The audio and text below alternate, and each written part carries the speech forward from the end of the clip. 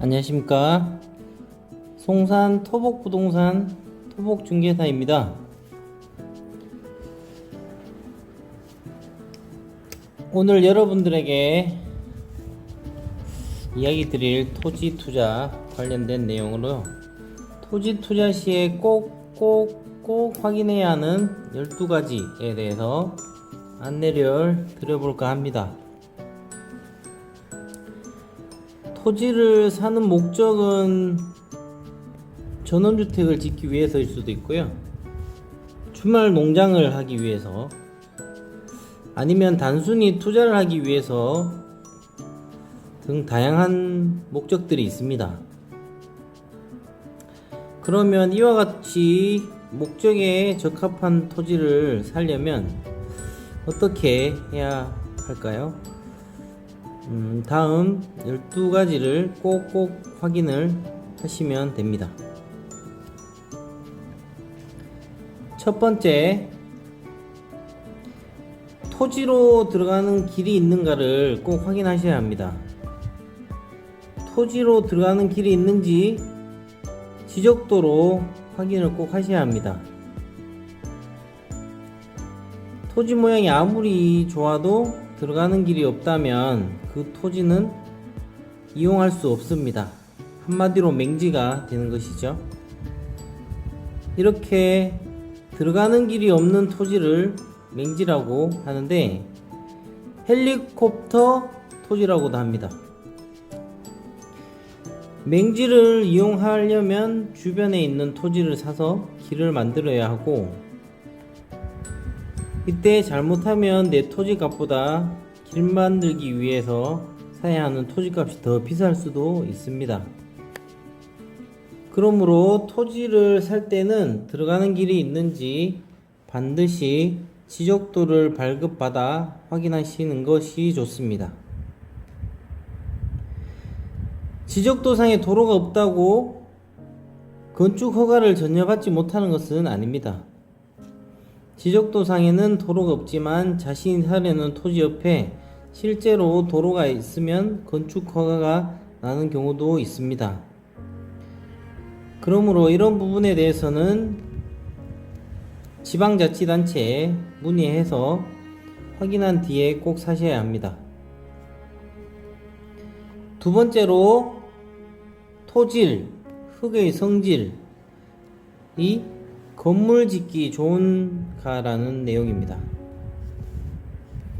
토지를 살 때는 흙의 성질이 어떠한지 반드시 확인해야 합니다.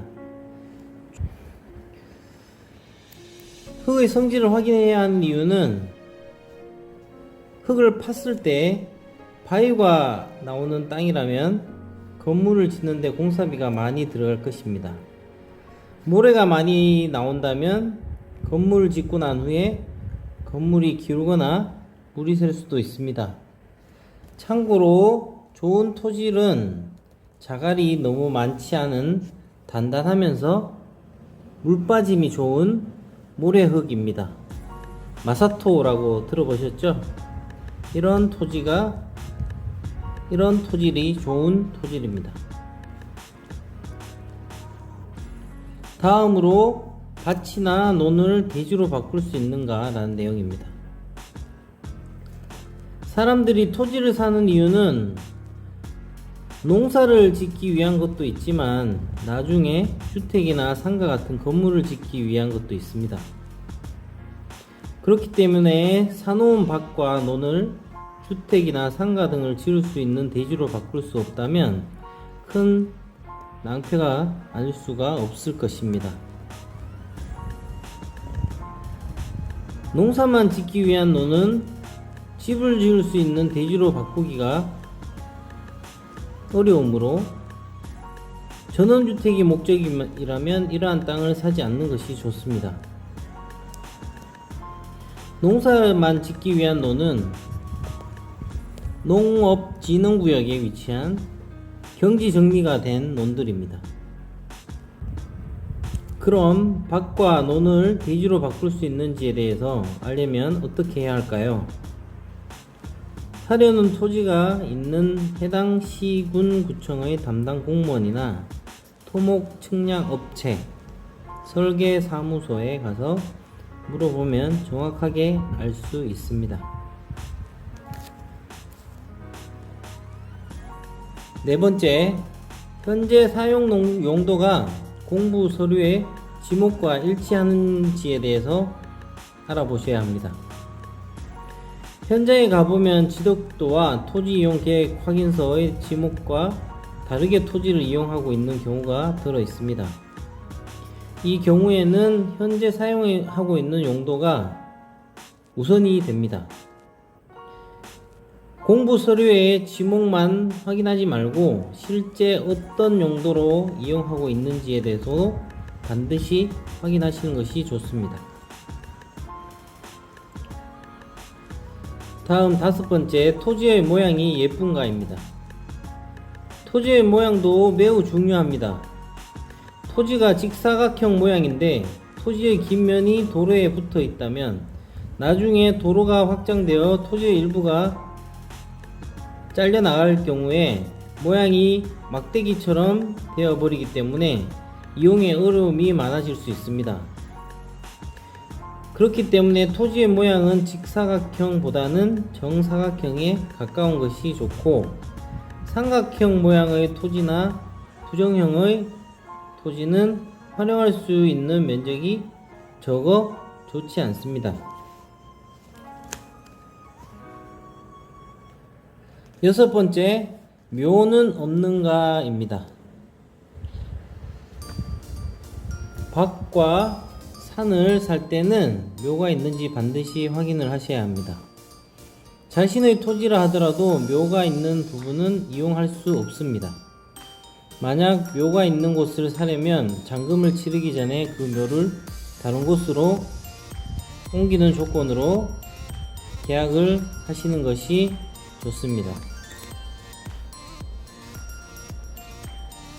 다음 일곱 번째, 토지의 경사도는 완만한가입니다. 집을 지을 때는 15도 정도 완만하게 경사진 토지가 그렇지 않은 토지보다 햇빛도 많이 받고 전망도 좋습니다. 하지만 경사가 심하면 진입이 어렵고 집을 짓기 어려울 뿐만 아니라 건축 허가를 받지 못할 수도 있습니다. 지자체마다 조금씩 틀리기 때문에 이 경사도에 대한 부분은 15도인 곳도 있고 20도인 곳도 있습니다. 이런 부분들을 잘 확인을 하셔서 토지 매입할 때 참고하시기 바라겠습니다. 토지의 방향은 어느 쪽인가 라는 내용인데요. 토지의 방향은 집을 지었을 때 일반적으로 거실의 창을 남쪽으로, 출입문을 동쪽으로 낼 수 있는 토지가 좋으며 그 반대는 좋지 않습니다.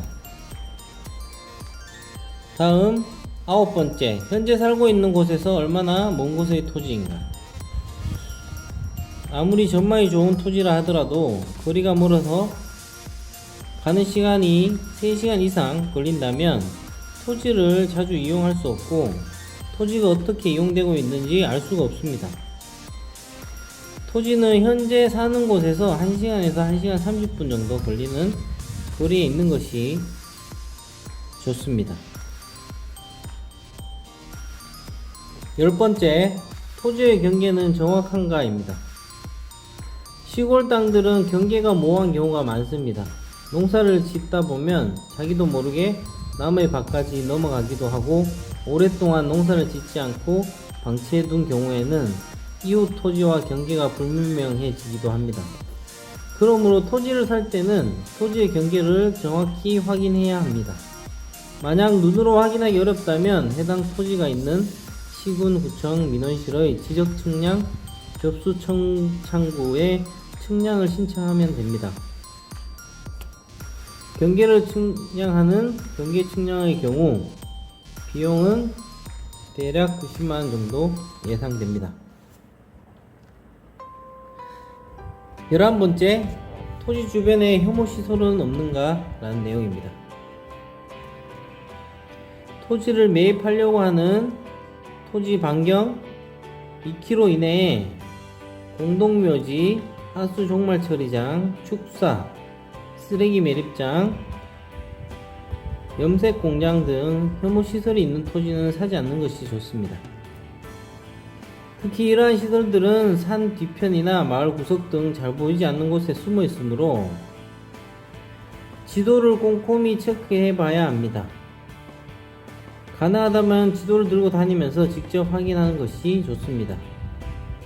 요즘은 휴대폰이 너무 잘 되어 있어서 휴대폰 지도로 직접 현장에 가서 체크해 보시면 확인하실 수 있습니다. 12번째, 지하수 개발이 가능한가? 라는 내용입니다. 지하수를 개발할 수 있는 토지와 지하수를 개발할 수 없는 토지는 그 가치가 다릅니다. 지하수를 개발할 수 있는지 여부는 그곳에서 오랫동안 살아온 마을 주민에게 물어보면 알 수 있습니다. 참고로 지하수를 개발하는 데 드는 비용은 대략 600에서 800 정도 예상이 됩니다. 토지를 사서 개발하지 않고 단순히 시세 차익만 보려 한다 하더라도 이 토지를 개발한다면 어떻게 개발이 가능하겠다라는 그림이 그려져야 합니다. 토지를 봤을 때 머릿속에 아무런 그림이 그려지지 않고 막막하게 된다면 그 토지는 가치가 없기 때문에 나중에 팔려고 내놓아도 팔리지 않아 투자금이 아주 오랫동안 묶일 수도 있습니다. 이상으로 12가지 토지 투자 시에 확인하셔야 하는 12가지에 대해서 안내해 드렸습니다. 땅은 당신을 기다려 주지 않습니다. 좋은 땅과 인연이 되려면 그만큼 발품을 파셔야 좋은 토지를 얻으실 수 있습니다.